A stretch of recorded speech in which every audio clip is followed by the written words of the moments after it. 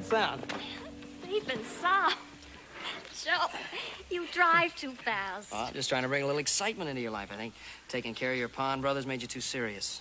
Do you think breaking my neck driving with you will cure that? No, but I think I can think of another cure for you. I wonder where Dad and Jimmy are. Dad and Jimmy? Carolyn, don't you have any romance in your soul? They really should have been back by now. Yeah, well, don't worry about them. You know, it takes a little time to look at 1,000 acres of land. You should have gone up, too. Jimmy went with them. Well, Jimmy's a good son, and I'm no good. I'm kind of shiftless and irresponsible. I think you know what I mean.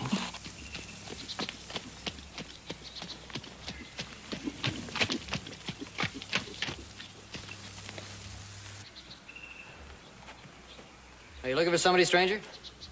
Yeah, a man called Partridge, you know him? Lem Partridge is my father. Is he here? So you got some business with him? Yeah, kinda. Him and me's old friends. He's not here now. He's up in the hills surveying a piece of land with Mr. Cartwright. You can wait for him. Yeah, well, I'll catch up with him later. You just tell your daddy an old friend from Tucson dropped by. Tell him Jack Grote said hello.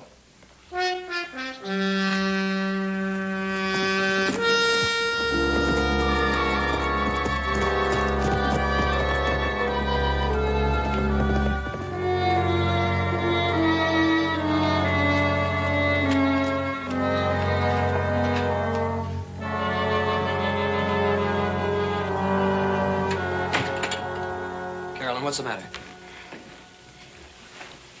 Well, tell me what's the matter. The man outside, you knew him, didn't you? No, I didn't know him. My father did. Who is he? Jack Grote from Tucson.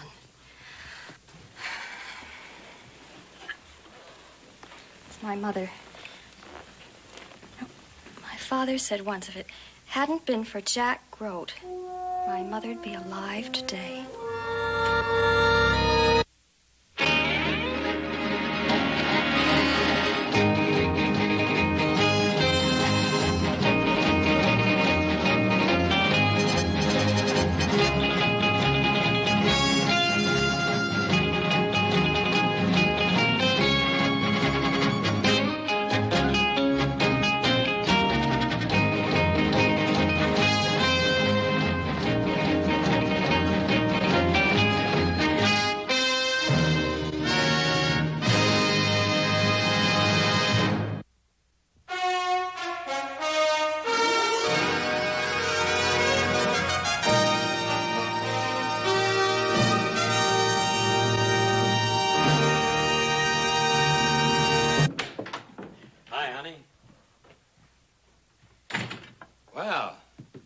Couple supposed to be enjoying themselves. You're both looking mighty serious.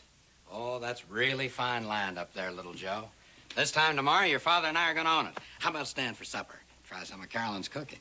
Dad, there was a man looking for you. Oh, what man? Jack Grote from Tucson.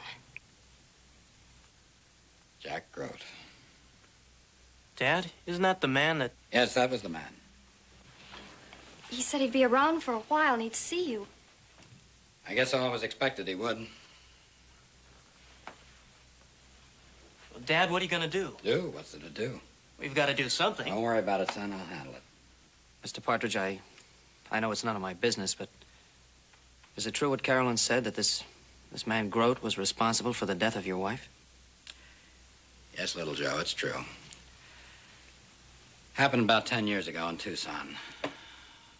One sunny, peaceful day. Their mother had gone out shopping, trying to find a bolt of cloth to make a dress for Carolyn. There were two men, both ugly drunk, started shooting up the street, trying to kill one another.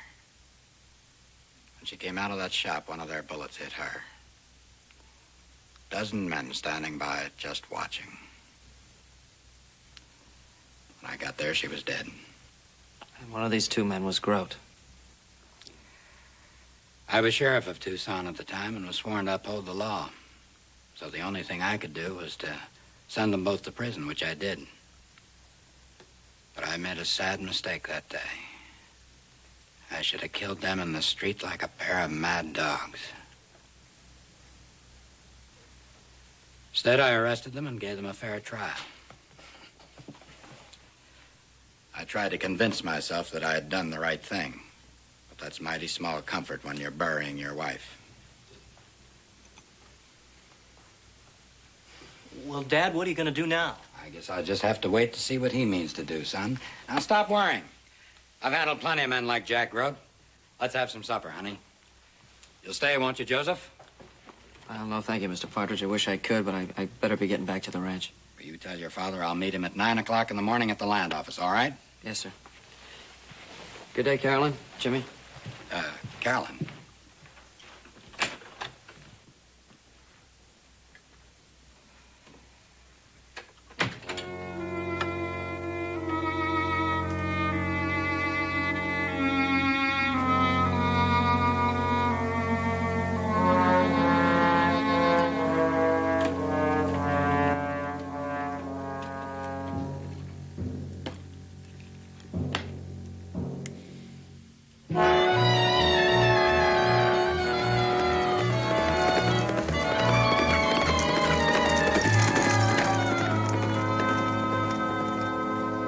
Yeah, Lem told me the same story some time ago.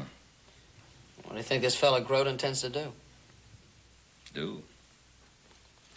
You know, when you've been sitting in jail for that long a time, stewing inside and building up a poison against the man who put you there, you might do anything. You'd think it would be Partridge. You'd have all the hatred. Well, I guess when his wife was killed, Lem kind of sickened on his job. You know, he never even taught his boy how to handle a gun. Seems all the things he's been running from these years are about to catch up with him, don't it? Pa, why don't you go to the sheriff? Well, Lem Partridge is a grown man. I'm having a meeting with Lem and Wade Cowley about that land deal in the morning. I might try to persuade him to go see Roy. Hoss, you ride in with me? Sure, Paul.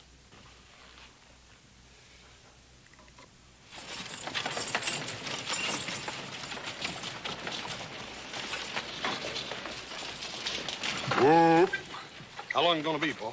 Oh, just as long as it takes for Lem and me to haggle with Wade Cowley over the price and then sign our names.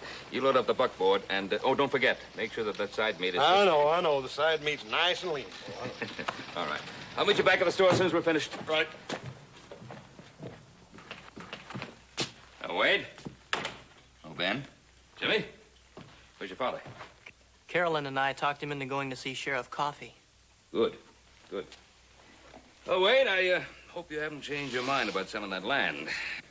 I'm no rancher, Ben. I'm far more comfortable operating out of an office here in town. There are days when I wouldn't mind changing places with you. I see you got the deed already. Hey, you didn't put the price down, did you? We still got some dealing to do, you know. Oh, I'm just waiting for Lem Partridge. Well, you'll sell your land, don't you worry now. Well, I'm not worried, Ben. Oh, here he is now.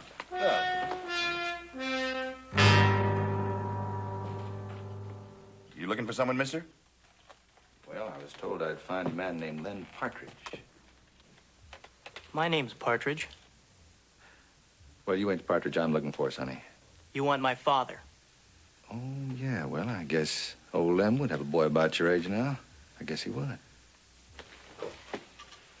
Who are you, mister? What do you want?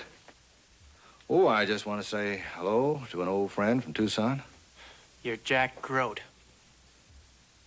Well, now, sure does make a man feel at home to have folks know his name.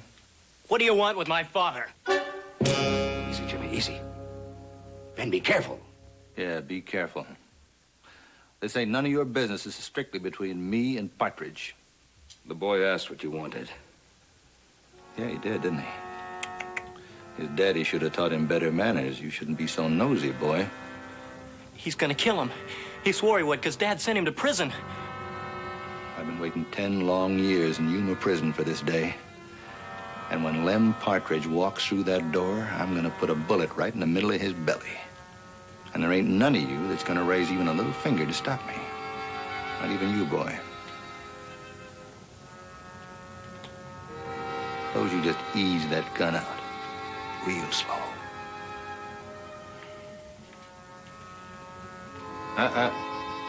Over there on the table.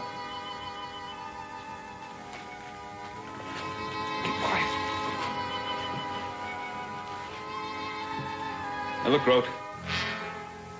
All this happened such a long time ago. Why bring it up now? Don't forget, last time you were lucky. You got away with a few years in prison. This time it'll be the rope.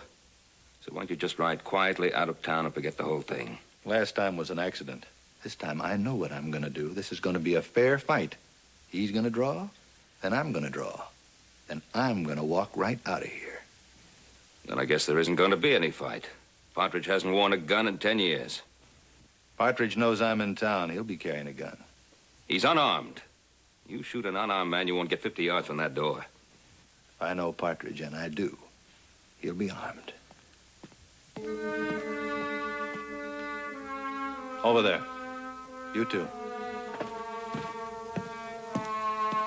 Come on, move!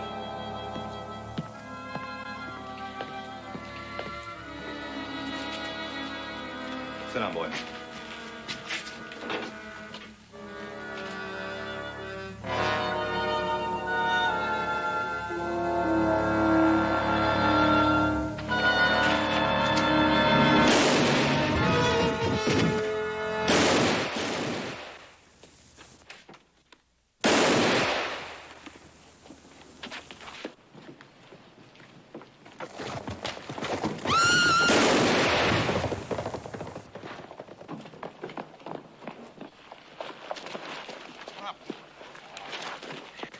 What happened, Paul? What'd he do? Killed Jimmy Partridge. I should have killed him. Take him to the sheriff's office. I gotta tell them.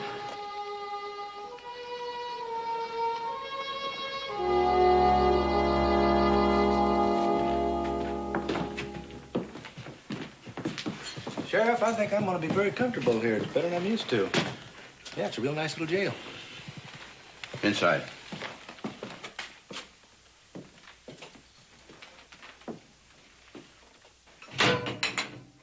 Well, I never got Lem Partridge, did I? But I got his boy. Now don't let Partridge suffer like I done for 10 years in Yuma. You're gonna hang, mister. Oh, I don't think so. No, that boy went for a gun. That makes a fair fight out of it, and I got 2 witnesses to prove it. You got a couple of witnesses that heard you say you was out to get Lynn Partridge, too, Buster. Big boy, they don't hang a man in this territory for what he meant to do. You got a real dandy there, Roy. Let's see. That boy never touched a gun in his whole life. I never let him. You all knew that. Lem, there was nothing we could do. Nothing you could do. I tried to stop him.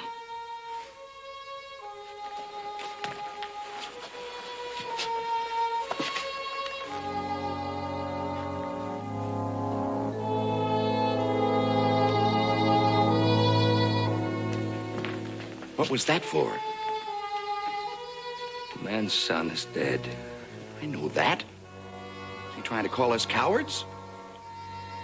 No. Wasn't anything like that. I guess what he was saying was that if one of us had taken the risk of trying to stop Grote, we'd have stood a better chance. Sure, a chance to get our heads blown off. I don't want to be a dead hero.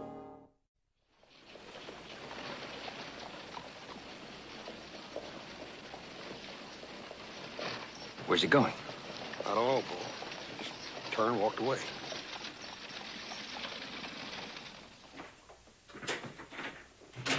Howdy, Lem. I'm... All right, Roy, where is he? Lem, this is foolish. You're just asking for trouble. Open it up. Why don't you? I said open it up. All right.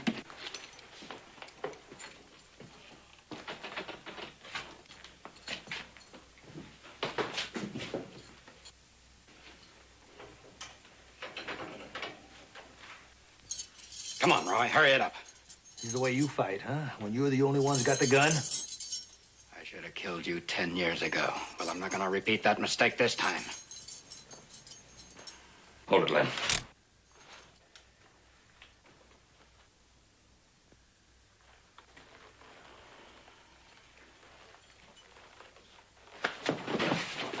Let go. Lem. Haven't you done enough already? If you kill him like this, you'll be no better than he is. Now, come on, let go. Go on home, Lem. Let go. And him? You stand trial, you know that. That's right, Partridge. I'll stand trial, you know that. Lem! Give me a chance, Ben. A chance, that's all I ask. A fair fight. Now, we can't do that. Lem, you're forgetting you was a sheriff once. Now, go on home and settle down.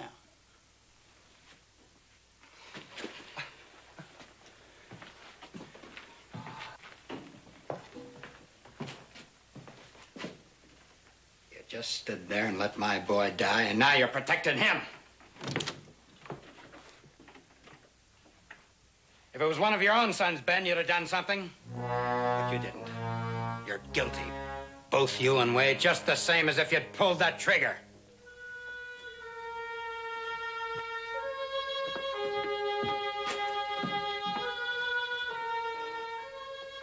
Old Lem didn't mean what he was saying. As soon as he simmers down, give him his gun back, huh? Come on, Paul, let's go home. Paul.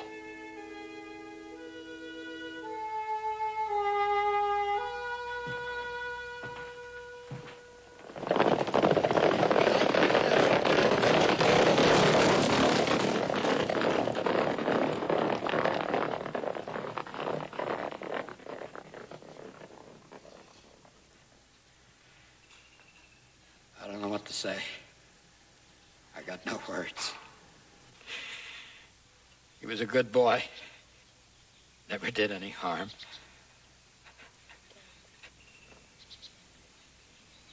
18 years old. Boy, he never even had a chance.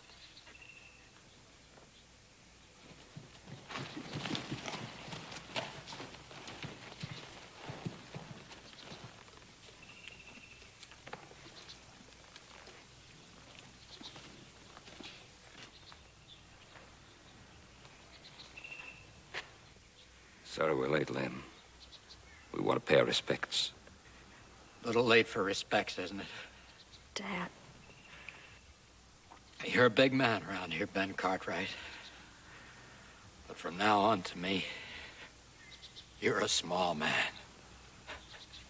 Small man. Who stood by and let my son die.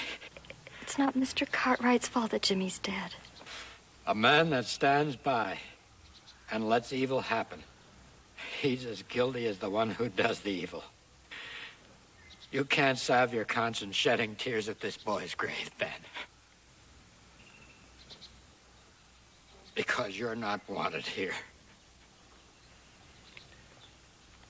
Lem, I'm your friend. Not anymore.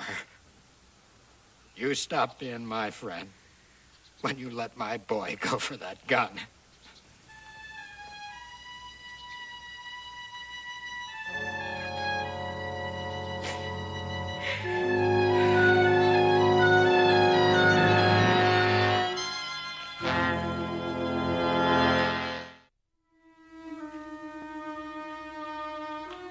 I never have seen Paul like this before. He's taken it terrible hard. Well, it's known Lem Partridge for quite a long time. He was like an uncle to Jimmy. Yeah, but he's acting like it was his fault that the boy got killed. I don't get it. He's upset about what Mr. Partridge said. But he must know he wasn't responsible. Well, not for what he did. He's thinking about what he might have done. Yeah. Looks like there's something we could do or say or something. Maybe there is. Maybe we can prove that he couldn't have stopped him.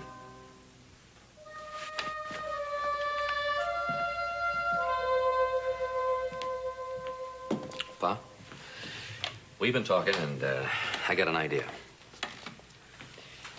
Aaron talking isn't going to help anything. Don't you realize there wasn't anything you could do about it? I don't know.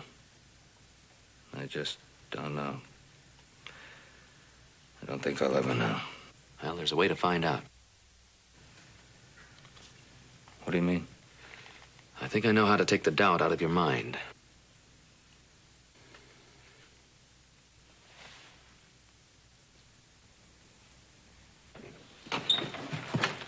Wade. Hello, Ben. Little Joe, Adam. What can I do for you? Well, it may seem a little strange to you, Mr. Cowley, but we want to go over what happened yesterday. We'd like to go through it the way it actually happened. With empty guns, of course. Where were you standing, Pa? Over there by the corner of the desk. Joe, get over there. And where was your gun? That table, just on the side of it. Joe?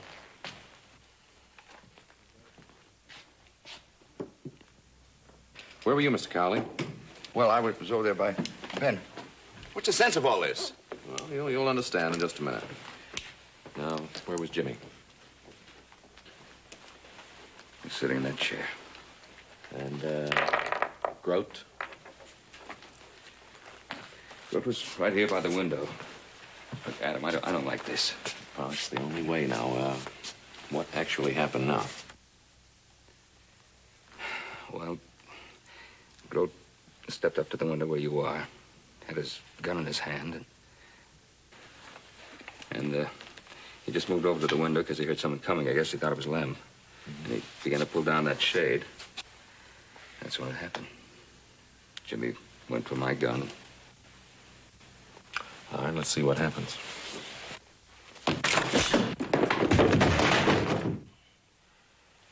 You see, Pa, you wouldn't have made it. Well, maybe Grote wouldn't have been as quick as you. And you wouldn't have been as quick as me, Pa. I don't know.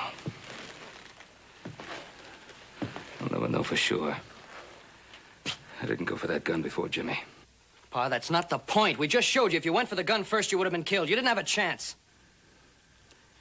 You don't understand. You weren't in my shoes. Well, what more proof do you need?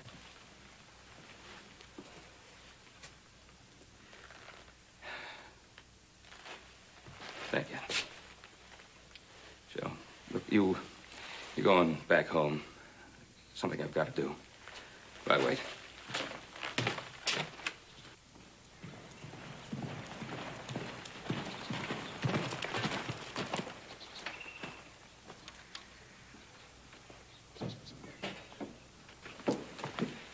Is your father here, Carolyn?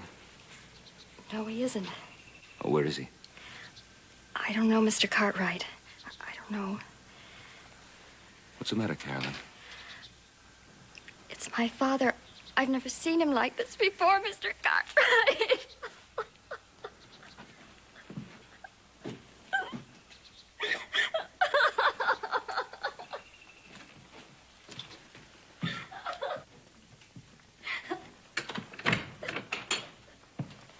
Now, Carolyn.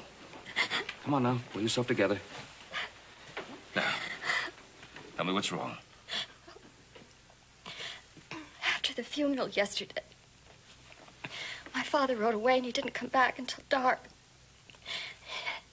He wouldn't eat any supper. He sent me to bed, but I could hear him pacing all night long.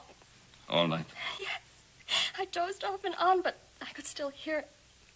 Early this morning, I couldn't stand it anymore, so I walked into the room and found him cleaning a rifle. I'm sorry to be such a baby. Oh, Carolyn. You've had a terrible few days. Did your father say anything to you? No, he didn't. He just... When I saw him with a gun, I just rushed over and tried to take it from him. He pushed me away. Mr. Cartwright, that's the first time my father's ever touched me in anger. Oh, dear. You know, men sometimes say things or do things in anger which they really don't mean. Well, he didn't even look like my father. He just glared at me and turned and left the house. I heard him ride away on his horse. When was this? Oh, this was a couple of hours ago. I'd better be going now. Mr. Cartwright, please, tell me something. I don't understand. When my mother died, my father put up his guns. Now when my brother dies, he puts them back on. Carolyn, sometimes when When grief piles up on a man, his thinking gets blurred in spite of himself. But why does he have to kill Grote? Oh, no one's going to kill Grote. Grote's in jail. Now, Sheriff Coffey and I are your father's friends, so don't worry about anything. Oh, thank you. Have you eaten today? You better fix yourself something.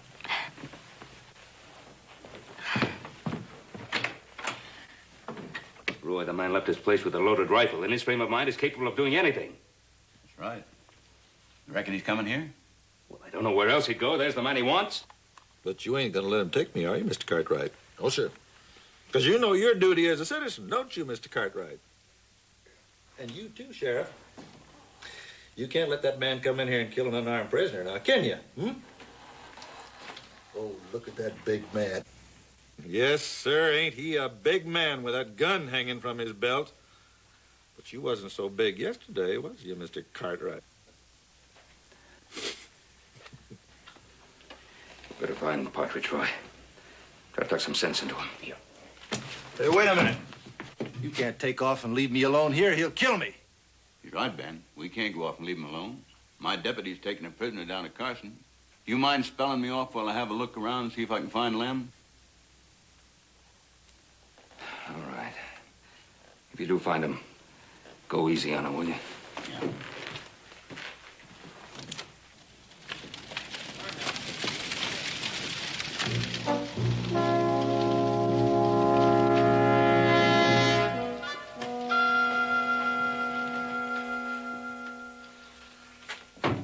Oh, it sure does give a man a good feeling to know he's being guarded by the chief witness for the defense. Well, let me tell you something, Grote. When I testify at the trial, it'll be against you, not for you. Well, you got to tell the truth, don't you? I mean, a big, upstanding citizen like you ain't gonna lie. How is he? You'll hang, Grote. One way or another, you'll hang. What do you mean? Put up that rifle, Lem. Now, you step aside, Cartwright, because I'd just as soon kill you, too. Look, Lem, I can't let you do this. All right. You got a gun? Try and stop me. Now I'm gonna count. And when I get to 3, you better be out of the way or go for your gun. 1. Don't be a fool, Lem. 2. Use your head. 3. To jail. Now, the next time it's gonna be for keeps. You better shoot for keeps.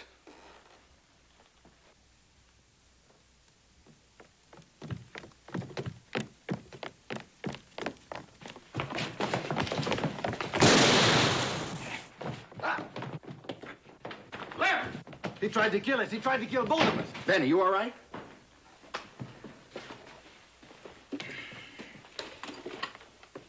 I'm all right. Yeah, it's only a flesh wound.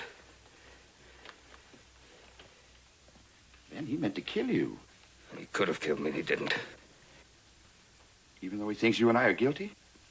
Maybe we are guilty. How could we be guilty? Guilty of what? We're guilty of what we did yesterday or didn't do in the land office. It's only human. Are you saying we're guilty of being human? Ben, you all right? Yeah, I'll live. Where's Lem? Well, he got away. This is pretty serious. You know, it's one thing to wanting revenge on the man that killed your own son. But it's another to go around with a gun just shooting at people. What are you going to do? I'm going out and get a posse together and send them out to look for him. I don't reckon he'll be home after this. Roy, Partridge is an old friend of mine. Don't hurt him. Let me go look for him, will you? Ben, you just do whatever you want, but I got a job to do. Now, he's wounded one man and tried to kill another one. I got to bring him in just any way I can.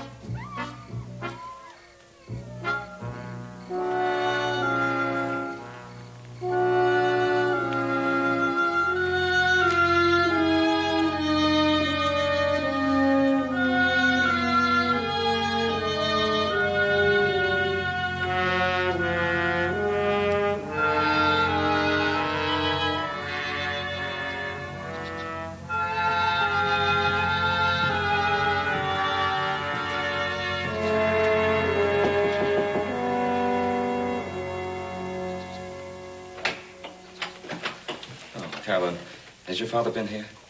No, Mr. Cartwright. Thank you. Bye. Bye.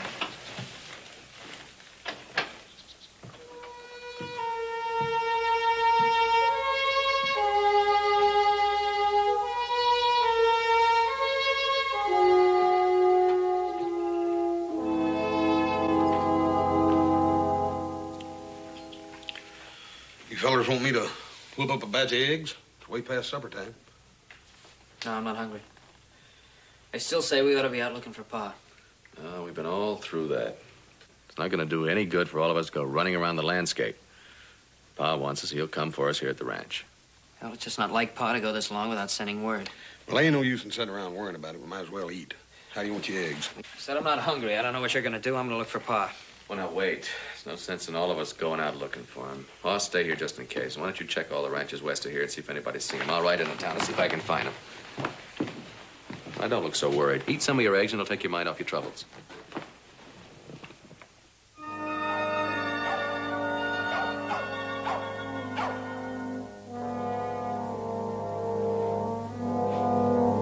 Hey, Sheriff!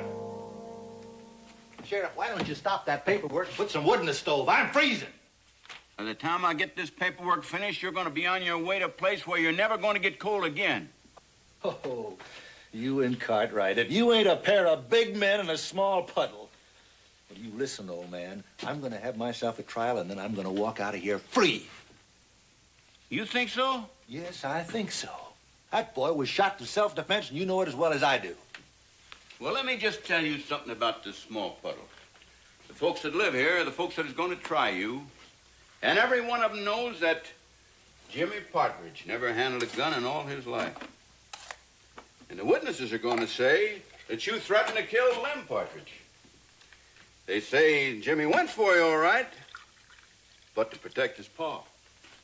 And you shot him. In self-defense, you old goat. He dove for the gun. Now, how are you going to convince a jury of that? He never reached the gun, did he? He dove for it. And I got two witnesses, very highly thought of in this small puddle, that are going to testify to that. You talk too much. All right? All right. Why would the boy try to reach me when he knowed I was going to gun him down, huh? Why? Yeah. Because he loved his paw enough to take that chance. And all the people in this small puddle are going to know that, too. More beautiful words from the big man. Well, it don't mean nothing. You just stand back over there and I'll give you a hot grub.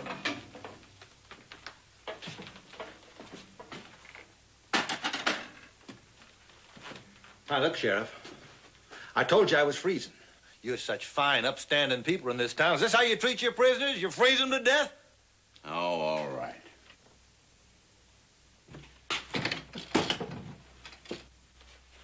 Here, wrap yourself up in that and shut up. I ain't gonna wrap myself up in this thing. It's crawling with bugs. What are you talking about? That blanket was just washed. All right, look, it's crawling. You can't show me a bug on that.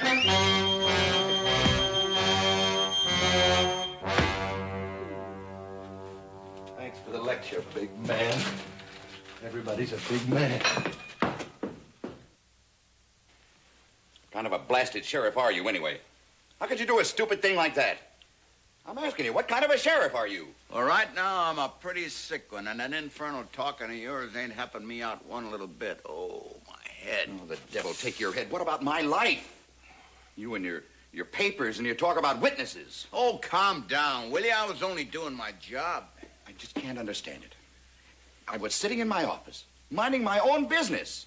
And now, just a day later, a man is all fired up to kill me. Oh, wait, nobody's going to kill you. Is that so? Well, that's what you think, Ben Cartwright. Do you know what happened? Do you know what our smart sheriff did? Oh, Roy, I couldn't find him. Was the posse able... What's wrong? What happened to you? That's what I'm trying to tell you, Ben. This idiot let Grote escape. Oh, no, Roy. He's right, Ben. I'm a stupid idiot. I let that Grote maneuver me into a position where he hit me over my head with my own gun. After all the years I've had of handling assorted criminals. Oh, that's not the important thing right now, Roy. Grote's free, and Partridge is running around those hills with a rifle. There's going to be shooting. There could be killing. Never mind about them. We've got to think about ourselves now. They're not the only ones who could be killed. Others could be killed, too, like you and me. What are you talking about? I'll tell you what. He knows we would be witnesses against him. Now he'll want to kill us. Oh, nonsense, Wade. Nonsense? Yes, nonsense. Groot's not going to bother with us. Why not? He's a killer. We're the only witnesses. That's exactly the point. He needs us alive. And he's after the man who he came to kill in the first place. And that's Lem Partridge. Yeah, that's Lem Partridge. The first place he'd look for him would be Lem's place. Carolyn is there, alone. Yeah, Ben, we got to get out there. Oh, Roy, you're in no condition to go anywhere. You get yourself to a doctor. Wade, you come with me. Walk in between two men out gunning for each other, not me.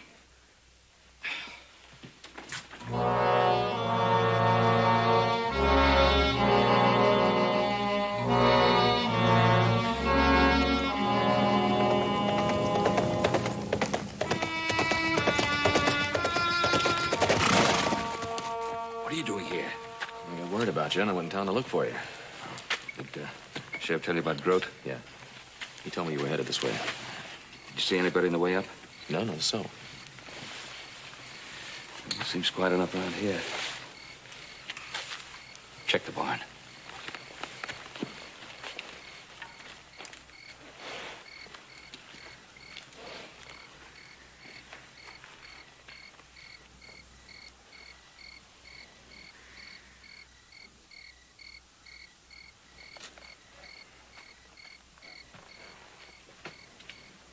There's nothing there but Partridge's horses. Well, Carolyn seems to be all right. Looks like your fears about Groot were a little unnecessary.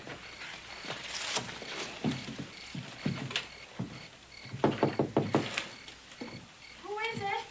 It's me. It's Ben Cartwright, Carolyn. Are you all right, dear? Yeah, yes. What's the matter? Nothing. My father's not here right now, Mr. Cartwright. Wait here.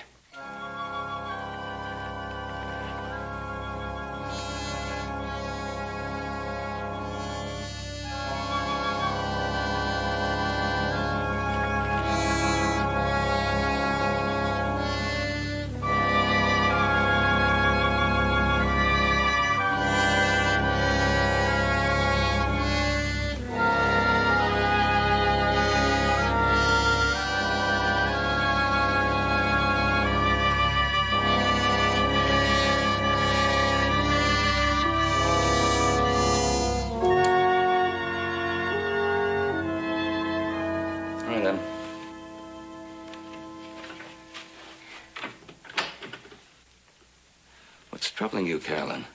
I'm troubling her, big man. And I'll just trouble you to slip that gun out, put it on the table. You too. Oh. Easy.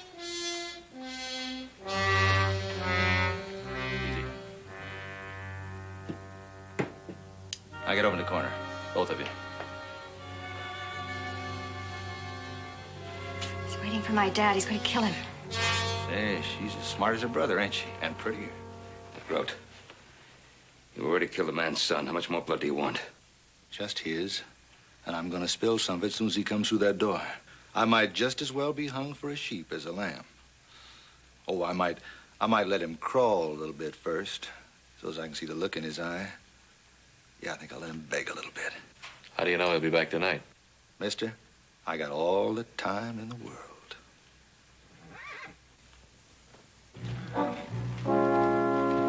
Get back in the corner. All the way. Go on.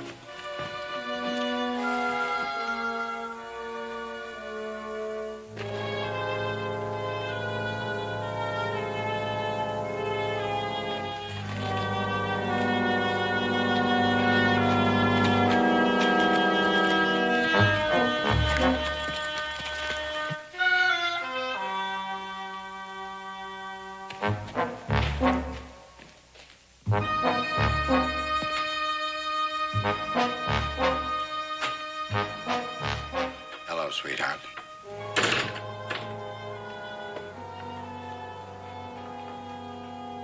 What are you doing here? Drop the rifle. Go on, drop it.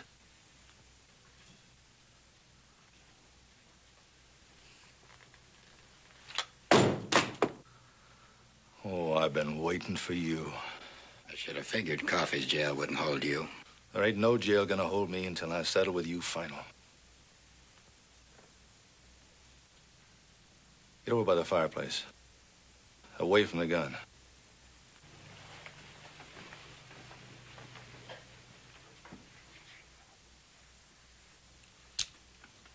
I don't want this to go too fast. Not after waiting all this time. I want to taste it a little.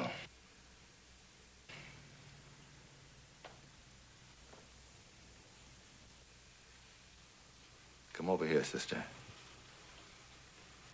If this ain't the most stubborn family, you know, you're gonna bruise just as easy as your brother, honey. Do as he says, Carolyn.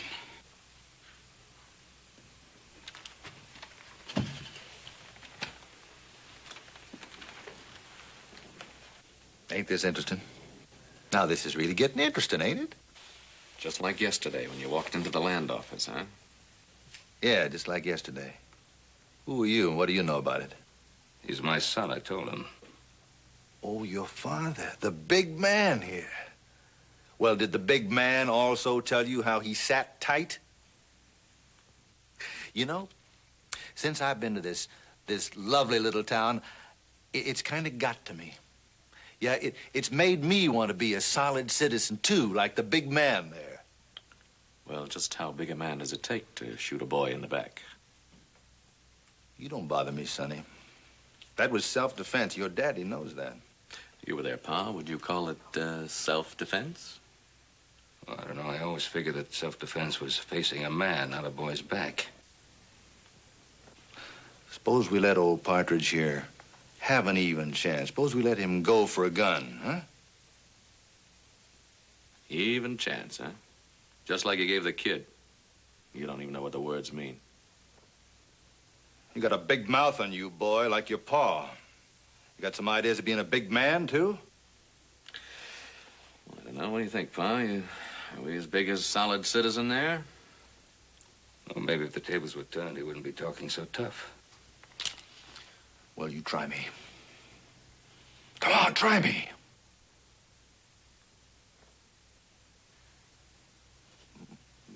Well, talk is easy, ain't it? Now, you two listen to me. This is the way it's gonna be. You open your mouths again, and this little girl is gonna get it. You filthy, murdering animal. 10 years in a prison will make an animal out of any man. You'd shoot her in the back just like Jimmy, wouldn't you? You know it, Cartwright. You was there. I understand, Ben. I didn't realize how it was yesterday, but I do now. Shut up, Partridge! Make your move. Grote, you've already killed his wife and son. It wasn't my bullet that killed his wife. Yeah, I was a little drunk, but it was an accident. And I never would have gone to prison if it hadn't been the sheriff's wife. She hadn't been the sheriff's wife, you wouldn't be alive today. You got off lucky. Lucky, yes. 10 years lucky? Well, let's just try your luck.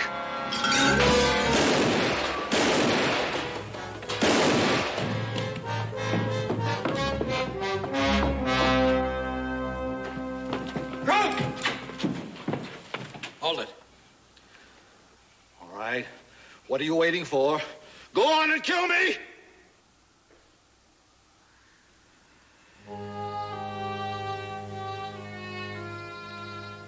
Madam, ride into town and get the sheriff. Good man, Lem. Good man. Say, Ben, I thought that wild young son of yours was supposed to take my daughter riding this afternoon. Yeah, I guess he is.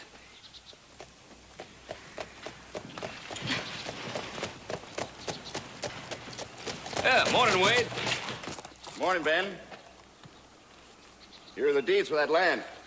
And at the right price, Lem.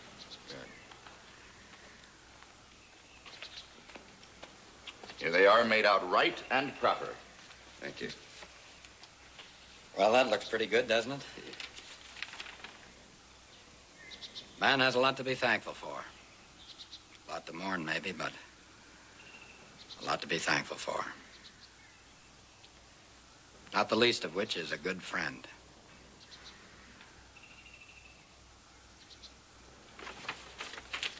Thank you, Lem.